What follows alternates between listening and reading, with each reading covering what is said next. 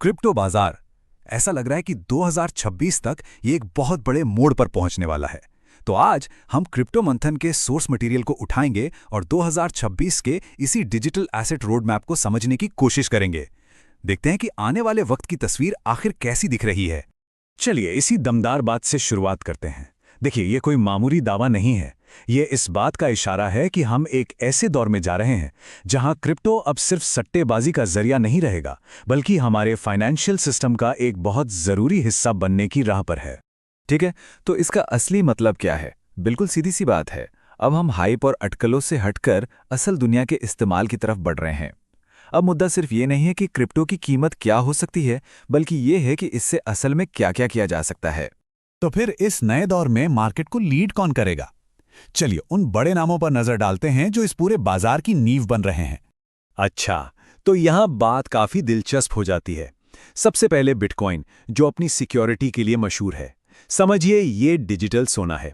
फिर आता है इथीरियम, जो कि स्मार्ट कॉन्ट्रैक्ट्स का पावर हाउस है। DeFi से लेकर NFTs तक सब कुछ इसी पर चल रहा है। और हाँ, सोलाना को कैसे भूल सकते हैं। इसकी बिजली जैसी तेज स्पीड और बहुत ही कम फीस इसे हाई स्पीड ट्रांजैक्शंस के लिए एकदम परफेक्ट बनाती है। लेकिन रुकिए, कहानी सिर्फ इन बड़े नामों पर ही खत्म नहीं होती।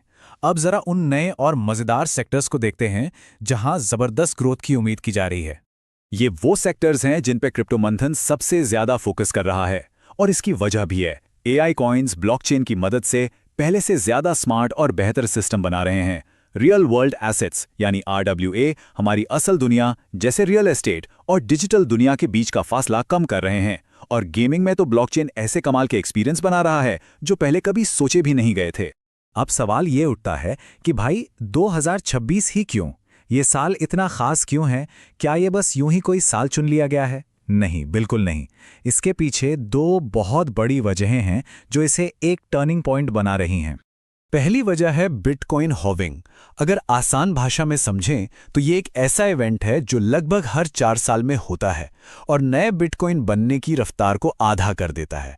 और अगर हम इतिहास को देखें तो इसके बाद हमेशा ही मार्केट में एक जबरदस्त उछाल आया है, जिसे सोर्स सुनहरा दौर कह रहा है।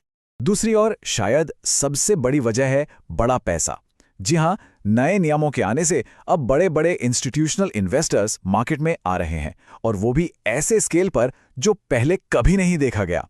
ये सच में एक गेम चेंजर है, क्योंकि इससे क्रिप्टो मार्केट में बहुत सारा पैसा और स्थिरता आ रही है। तो इस बदलते माहौल में सही कदम क्या हो सकता है? चलिए अब उस प्रैक्टिकल स्ट्रैटेजी पर एक नजर डालते हैं जो सोर्स मटेरियल में बताई गई है।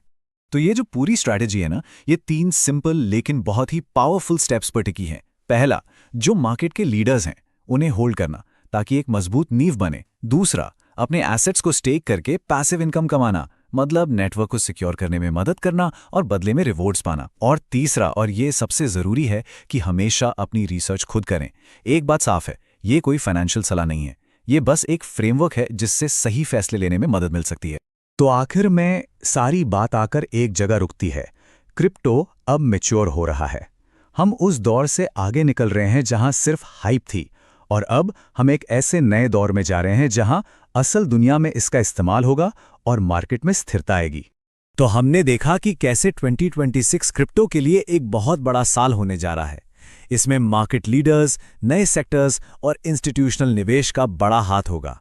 हमने इस माहौल से निपटने के लिए एक मुमकिन स्ट्रैटेजी भी समझी। लेकिन सबसे बड़ा सवाल तो यही है कि क्या इस मौके का फायदा उठाने के लिए तैयारी पूरी है?